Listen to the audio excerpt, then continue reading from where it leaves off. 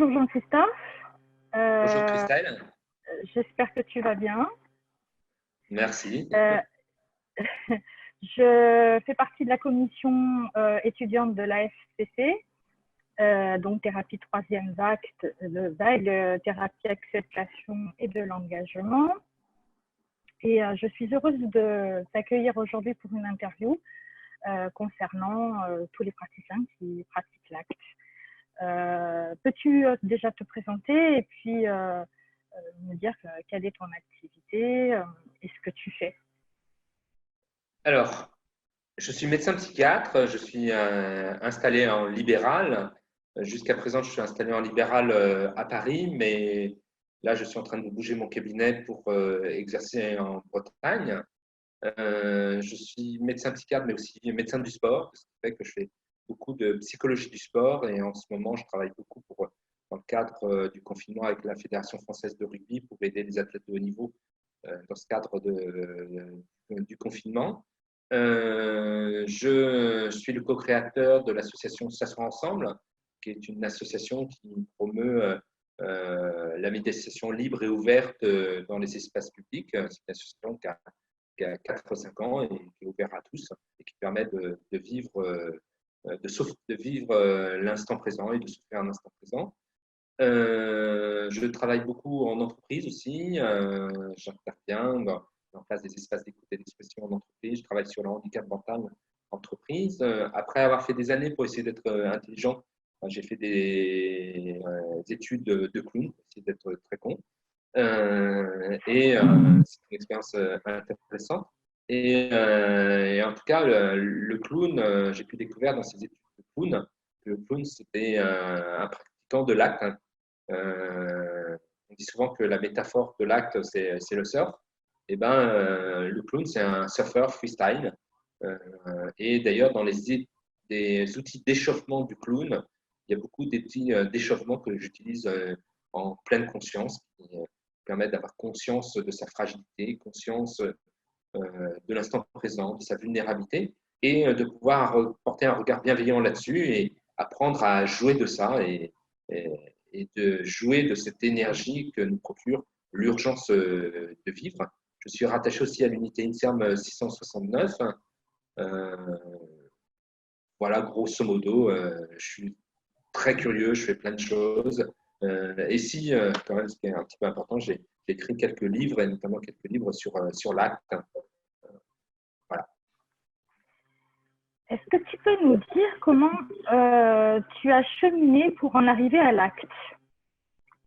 Alors, je crois que, comme Monsieur Jourdain, je faisais de l'acte sans le savoir, hein, parce que moi, à la sortie de mes études de psychiatrie, je me suis plutôt orienté sur les TCC et les TCC, donc j'ai fait le diplôme de la FTCC, mais j'avais du mal à rester dans le cadre des TCC qui me paraissaient à la fois trop rigides et trop ennuyeux. Et donc souvent, pour blaguer, je disais que je faisais des thérapies d'inspiration TCC pour, en parallèle aux gens qui font des thérapies d'inspiration psychanalyste. Et, euh, et puis quand la méditation est venue en France, j'ai toujours été curieux, ça m'a beaucoup titillé cette affaire-là. J'aime bien les nouveautés. Et j'ai demandé à une amie, Yasmine Lénard, qui a participé à promouvoir la méditation en France, comment faire pour rentrer là-dedans, me former à ça, me sensibiliser à ça, parce que ça ne se faisait pas dans les cadres classiques à l'époque universitaire. Et elle m'a dit, oh là là, toi, comme je te connais, euh, tu bouges de trop, tu es trop dans le mouvement pour faire de la méditation. Il y a un truc qui devrait mieux te correspondre, c'est l'acte, c'est très participatif, c'est très collaboratif, on se partage des outils, tout ça. Et je pense que l'acte, ça serait mieux pour toi.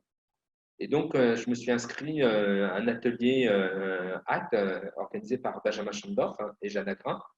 Et ça m'a beaucoup plu, parce que c'était d'abord un atelier expérientiel. Et puis, dans cet atelier expérientiel, on se met dans la formation en exercice en triptyque, c'est-à-dire quelqu'un qui fait le patient, quelqu'un qui fait l'observateur et quelqu'un qui fait le thérapeute. et ben, on ressort de là avec une humanité vraiment terrible. Et non seulement on apprend, mais ça nous fait du bien, ça nous ouvre. Euh, Mhm. alors, au début, c'était un peu dur entre le faire et le pratiquer par la suite.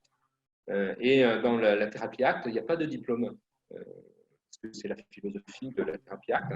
Et moi, il m'a fallu 2 à 3 week-ends de 2 jours pour incarner la thérapie ACT. Et comme je disais tout à l'heure, j'associe vite. C'était une période où je faisais aussi du clown. Et donc, j'ai très vite intégré ça dans les livres que j'écrivais. Et en tricotant tout ça ensemble, ça m'a permis aussi de rentrer tout doucement dans la thérapie ACT. Et au fond, ça m'a été très aisé parce que ça correspond vraiment à ma philosophie d'être créatif, d'être dans l'instant, de jouer avec l'instant et d'être dans cette relation très humaine avec le patient. Pas une relation, on est au-dessus du patient, on est des sachants, mais une relation vraiment de Sherpa. On est à côté des patients et la philosophie de l'acte me convient très très bien. Et finalement, je Accompagner, ne fais que ça. C'est-à-dire accompagner, quoi, être ensemble. accompagner. Et Mhm. où que j'interviens, n'importe où j'interviens, ben, finalement, j'ai une approche acte. D'accord. Donc, en fait, tu l'incarnes dans ta vie de tous les jours. Oui, c'est-à-dire que l'acte, ce n'est pas une technique qu'on applique. Pour pouvoir la pratiquer, il faut vraiment l'incarner. Je trouve que c'est vraiment propre à l'acte. Ce n'est pas une technique, c'est vraiment un savoir-être, une manière de négocier ses émotions, l'instant et la relation patient qui permet d'être thérapeutique vis-à-vis des soignants. On est obligé d'être engagé dans l'acte quand on pratique l'acte auprès de ses patients. En fait, tu t'alignes sur tes valeurs quand tu utilises l'acte. Oui, oui, puis c'est une manière de. Dans la thérapie acte, on travaille, à mon avis, 2 choses. La première chose, c'est les capacités d'observation. Donc, on passe beaucoup de temps à observer ce qui est en soi et à observer ce qui est dans la relation thérapeutique et à aider les patients à être capables d'observer aussi ce qui se passe en lui et autour de lui. Donc, c'est vraiment ça qu'on renforce, c'est les capacités d'observation. Et la deuxième compétence qu'on travaille beaucoup, c'est la capacité à choisir D'accord. et d'observer qu'on fait un choix. Donc, si on fait tel choix, c'est qu'il y avait le choix de ne pas le faire. Par exemple, j'ai choisi de répondre à tes questions, mais de ce fait, ça me permet d'avoir conscience que j'avais le choix de faire autre chose. Donc, c'est vraiment les 2 piliers de la thérapie acte. Et puis, par conséquence, après, on regarde si le choix qu'on fait fonctionne. D'accord. Après, on choisit si ça fonctionne, est-ce qu'on continue? Ou si ça ne fonctionne pas, est-ce qu'il y a un autre choix différent qu'on peut faire? Ah, Et finalement, c'est ça qui est un peu, je dirais entre guillemets, pervers dans cette affaire-là. C'est qu'une fois qu'on sait observer, on ne peut plus ne plus voir. d'accord. Donc, cette compétence un peu poison qu'on met chez nos patients, eh ben, ça s'inscrit très, très vite parce que si on leur développe leur compétence d'observer, de choisir, ben, très vite, ils n'ont plus besoin de nous parce qu'ils savent, quelles que soient les difficultés de vie dans lesquelles ils sont, ils savent observer et choisir. Est-ce que c'est pas une manière de les rendre libres, hein, donc, Tout à fait, c'est une liberté d'être. D'ailleurs, dans le clown, il y a un super documentaire que je vous encourage de voir qui s'appelle Tout va bien, le premier commandement du clown, qui suit pendant 2 ans des gens qui font l'école du clown du Samovar. Et dans ce documentaire, à un moment donné, la prof elle dit à ses élèves, la liberté, c'est comme un muscle, ça se travaille. Et au fond, on travaille la liberté d'être et la liberté de faire chez le patient et en même temps, soi-même, sa liberté d'être et de faire. d'accord. Est-ce que je peux te poser la question suivante? Comment tu utilises les métaphores dans la thérapie acte et comment tu l'adaptes en fonction de ton patient? Alors, moi, c'est un petit peu l'une de mes spécialités, c'est que je fabrique des métaphores à l'appel. Donc, au contact de mes patients, très souvent, il me vient des métaphores de façon intuitive, ça résonne en moi et puis je vais avoir cette compétence associative et créative et tout de suite, ça s'exprime en termes d'image. Peut-être parce que, à force de sortir du discours et de la pensée, finalement, j'ai développé mes capacités visuelles et mes capacités de représentation. Et donc, très aisément, me vient des images. Et quand vient une image, spontanément, je propose ça aux patients. Et puis, si je vois que ça marche, je dis super, et je me la garde et je la réutilise souvent pour le patient suivant, 2, 3 patients ensuite, pour un petit peu la mettre bien en bouche. Sinon, avec mes patients, très souvent, il y a quelques images, quand même, métaphores qui fonctionnent. Et j'ai tendance à les arroser de métaphores. Je ne sais jamais laquelle va fonctionner à l'avance. Mais à force de les inonder comme ça, de métaphores, et en mettant beaucoup de ludisme là-dedans, de sourire, souvent je leur dis, je vais vous taquiner un petit peu, est-ce que c'est pas comme ça? Peut-être me raconte ça. J'essaie de les détacher de l'importance du truc pour les aider finalement en défusionnant à observer ça à travers, en se mettant sur l'observation de l'image, ça leur permet de défusionner d'eux-mêmes. Et donc en mettant beaucoup de ludisme et en étant créatif dans ces métaphores, ben, finalement je les aide à défusionner. Et il y en a une qui fonctionnera. Et très souvent, en fait, je sais par la suite, ils ne me le disent pas forcément tout de suite, ben, tiens, cette image m'a aidé. Ou à la fin de la thérapie, je demande toujours, au fond, dans tout le travail que nous avons fait, c'est quoi qui vous a aidé vraiment? Et là, j'ai un petit retour de temps en temps de certaines images qui ont plus particulièrement fonctionné. Et puis avec le temps, je sais lesquelles sont très sensibles.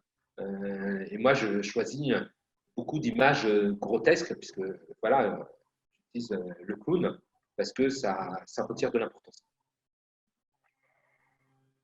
Si la thérapie ACT avait changé quelque chose dans ta vie, quelle serait-elle?